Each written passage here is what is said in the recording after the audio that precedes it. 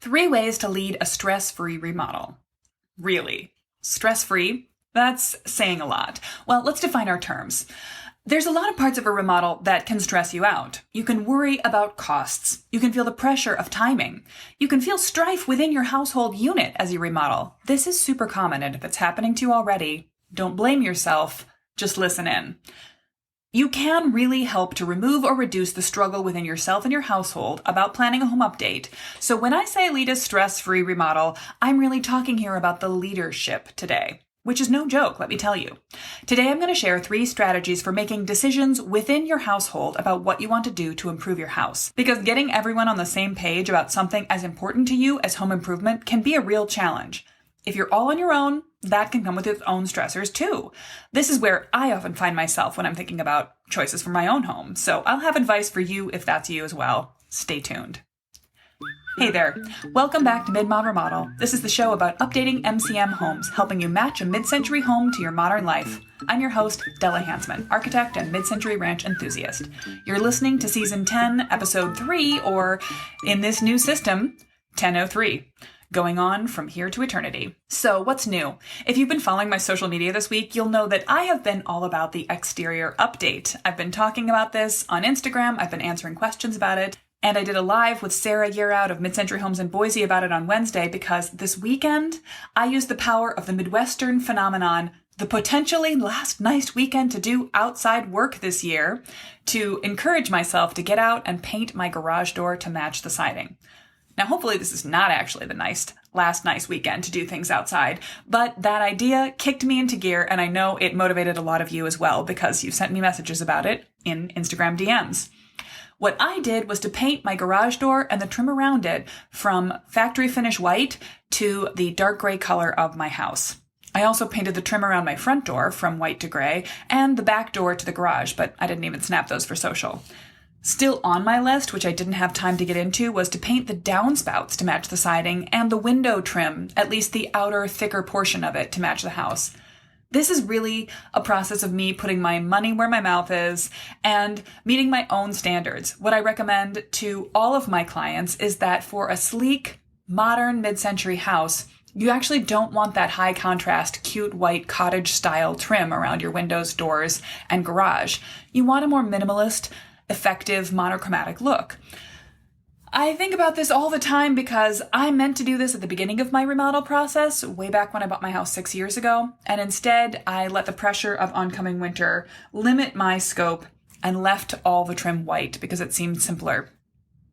I've been regretting it for 6 years, and never more than when my neighbor down the block copied my exact house colors and also chose to paint their trim white. I thought, now I'm going to see this on 2 houses in the neighborhood and know that perhaps if I had gotten my rear in gear, we would all be seeing sleek gray trim on gray houses.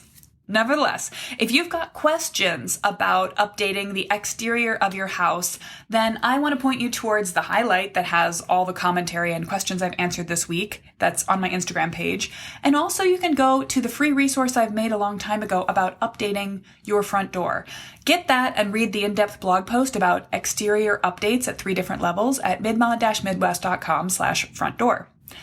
If you're looking for a little bit more help, I'm going to offer a paid resource today, and that is to schedule one of my design consult calls. I use these for 2 purposes: to help people get started with the big picture on their house and break through the momentum, the inertia of not knowing where to begin.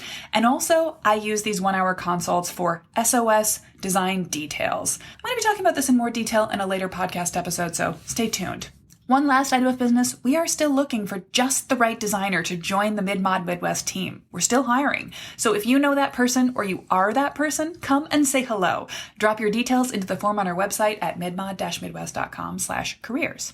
Find all of the information above, plus get the transcript for this podcast episode at midmod-midwest.com/1003. All right, so today we're talking about 3 ways to lead the pre-design process of a stress-free remodel. Choosing the right leadership style for you and your family will lower your stress, but another essential step of a stress-free remodel, and also a regret-proof remodel, is not to skip out on the pre-design process. For longtime listeners to the show, you know this means the first 3 steps in a master plan method process: dream, discover, and distill. Here's a question.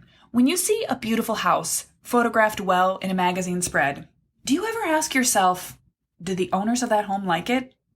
I do, and I'll tell you why. Having worked in the design industry, I have immersed myself in residential design for more than 2 decades now, and I've worked in the industry, yes, industry, for 15 years, and I happen to know very well that not every dollar spent in home construction and remodeling gives equal value of satisfaction to the people that live in that home.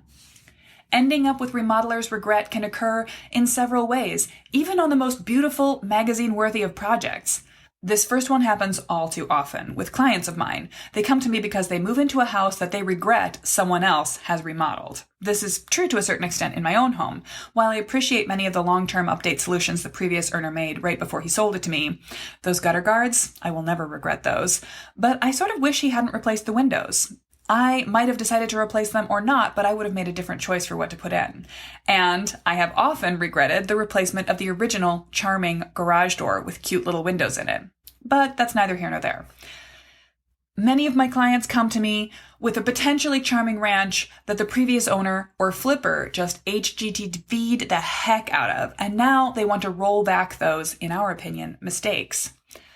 In other cases, you might end up regretting choices you make yourself. You might rush through the process and only after the remodel is done, learn a few new things about mid-century style, about how you live in your home and how you might have done it differently, or as you live with the choices you make, you just realize that you didn't go as far into the remodel process as you could have, while drywall dust was still in the air.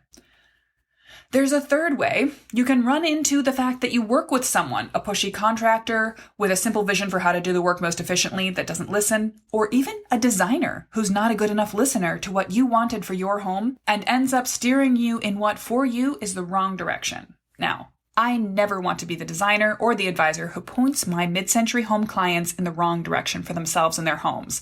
That's why I've come up with the master plan method. And today we're going to talk about the things that you can do in a remodel that do not show up on HGTV and don't really get discussed in magazines or remodeling advice books that show you only beautiful outcomes. Finished homes that look great in a photo, without ever commenting on how much they do or don't suit the family that lives there, or have improved the lifestyle of those people. That phase is pre-design, and it has 3 important components: dream, discover, and distill. Discovery is largely a process that you can do on your own. You don't necessarily need your children or your partner or your neighbor's buy-in to find out what's necessary to know about your house, although doing that as a team project can be really fun. But those first 2, the first and third, dream and distill, these are places where it may be very important to get your whole family's opinion on board as you lead this pre-design process. Now, I'm speaking to you, the person who's listening to this podcast, because I assume there's probably one person who is most invested in this process. If I'm speaking to a couple who are listening out loud to this podcast right now, hi, I'm delighted you're doing this. I think it's fantastic. And would you please send me an Instagram DM so that I can congratulate you on your excellent life choices? But if I'm not, if I'm talking to just one person right now, then I'm going to talk about 3 different methods to lead this part for the best result for your family. Now, I think that there's not really one of these that is better or worse. It's going to be what works for you and your family, and you're going to need to identify that. So here's the first one. For a stress-free remodel process, you can start your pre-design process, perhaps, by leading by fiat. You can become the designated decider or the benevolent dictator of your remodel. This works well when one member of the household cares more about design, and it's certainly a convenient way for me as an architect to work for a design client. Having a single point person to decide on what will be most important to the update is the easiest way to get answers.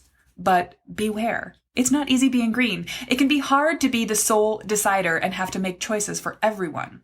This process, done well, requires empathy, and sometimes it requires you to think more about what the other people in your household might want than even you do for yourself. The worst case scenario is when this results in objections after the fact. The worst version of that is you finish the remodel and then you start to hear disagreement, rumblings, complaints about how the whole process turned out. But it's also frustrating and expensive and time consuming when you get through the entire decision-making process thinking you've got everything locked in tell a few people in the family what you've got planned, and then just before you're about to pull the trigger, just as people are on site, just as a contractor has already demoed a wall, you hear that, oh, there are objections and people didn't really like that. So this is what you want to avoid. The biggest problem here can come from assumptions. You want to make sure that the non-deciders in the family really don't care. If they come at the end and change everything, it's both frustrating for you and inefficient for the whole process. All right, so if you're afraid that perhaps a benevolent dictator approach is not the right choice for a stress-free remodel for you, then I want to suggest the team meeting style to brainstorm with your partner and or your whole family. This works best at the start of the project. You don't need to maintain full attendance or even a quorum for the selection of each tiny detail, each outlet cover, each faucet, but getting everyone to plug in with the foundational goals of the project is great. Schedule a weekend morning with your partner, make it happen on date night, or if you've got interested kids, teenagers, or other house partners, in-laws, parents, extended family, make it a great group activity to set the priorities and plans for the house before you dig in on design. If this feels contentious, make sure you are de-emotionalizing the process. Here's a great suggestion. Take it out of the house. If you find that you and your partner tend to get into this when you're tired and get snipey about it, make a policy of planning only in a neighborhood coffee shop, at a restaurant in the evening, or in the dog park on strolls through the neighborhood so that you're required to use your inside voices with each other, even when things start to get a little tense. Do make sure that everyone's voice is heard in this process. Most people don't think about how their kids are going to plug into a remodel process, and to be fair, your kids may or may not be living in the house much longer after you finish remodeling, but it can be really fun to get their buy-in, and it's a great educational process. Frankly, getting your kids to help you with the discovery process of your house can be both fun, less work for you because you don't have to crawl around on the floor with a tape measure, and a great sort of educational enrichment project. Could be really nice. And I have had clients who've had a lot of fun getting their whole family's buy-in on this part of the process. The third method, rather than have everyone sit together and make every decision out loud together, is to aggregate your work. This is one of my favorite ways to do the dream process. We have several exercises that we share with our clients and that I teach inside of the Ready to Remodel program to allow people to dig a little deeper into what the meaning of home is for them, what activities they want to shelter inside their house, how they want to pull from great experiences from their past and make their new home contain everything or as many of the essential elements of their past beloved homes as they can. So one great way to make sure you're catching everyone's opinions is to have everyone do their own homework separately on their own time and then exchange answers. This can be a really helpful exercise for couples planning, and it can basically be a replacement for a session of couples therapy. This works as kind of a hybrid of the above. Let people each answer their own priorities separately and then come up with a group result. The answers people give may surprise you. This can save stress and money. It's really essential to make sure that you have heard the voices of everyone, or if you at least considered the needs of everyone that's going to live in the house before you start making those essential decisions. And it's really important both in the dream phase when you're thinking about what you want the essence of your home to be, and in the distill phase when you're thinking about you want the essence of your home's style to be. Making sure that you are at least nodding to the style preferences of everyone in the house is essential to make sure that they are going to love it and that you can have that stress-free remodel experience that you are looking for.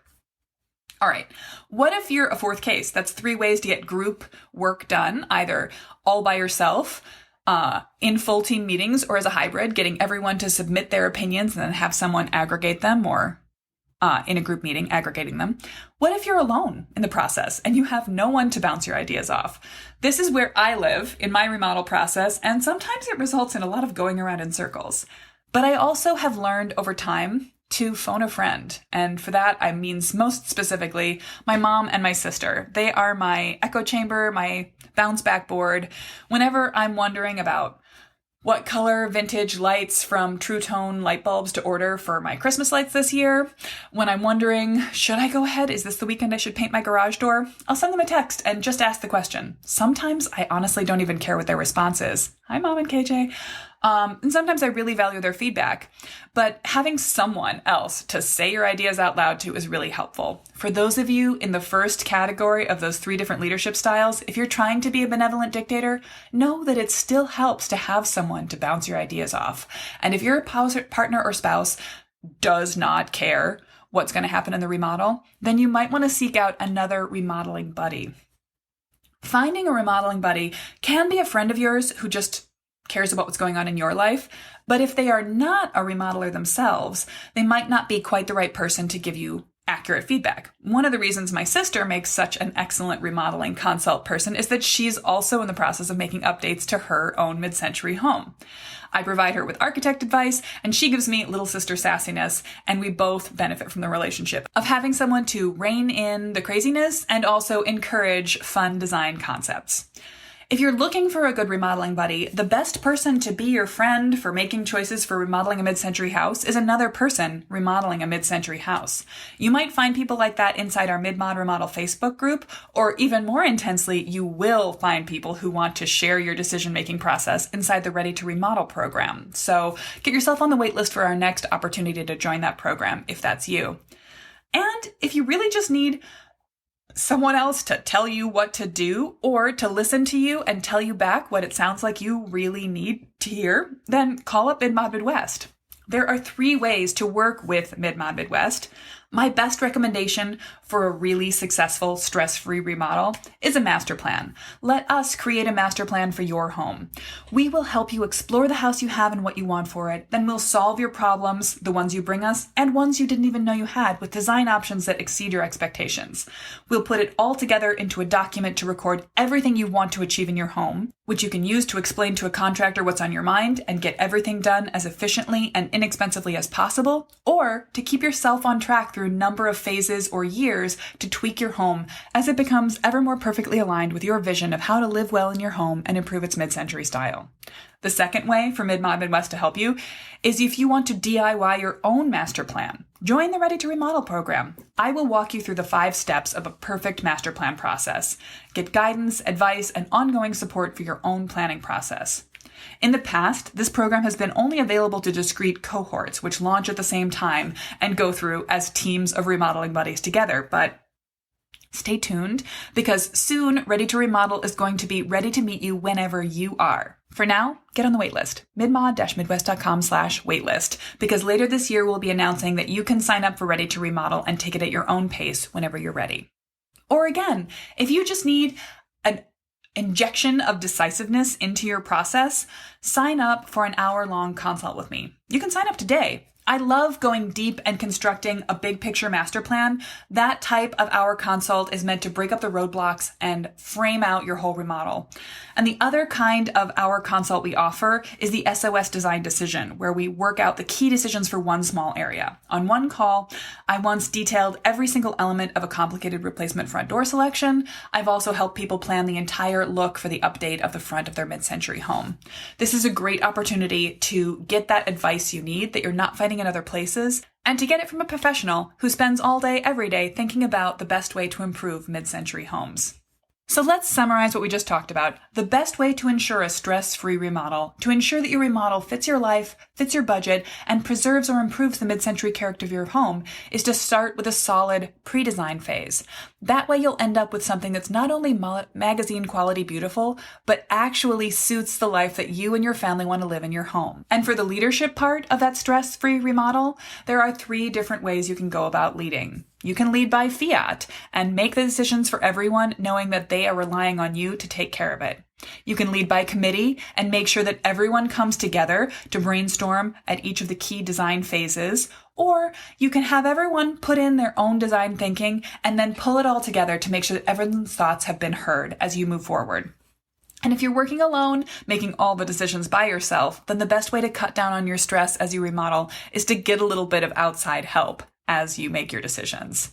Remember, if you're looking for advice on how to update the front of your house, start by just going to midmod-midwest.com/front door to get a great overview on 3 different levels on which you can make improvements to the front of your house and make it ever more mid-century charming. Grab the show notes for the whole episode at midmod-midwest.com/1003.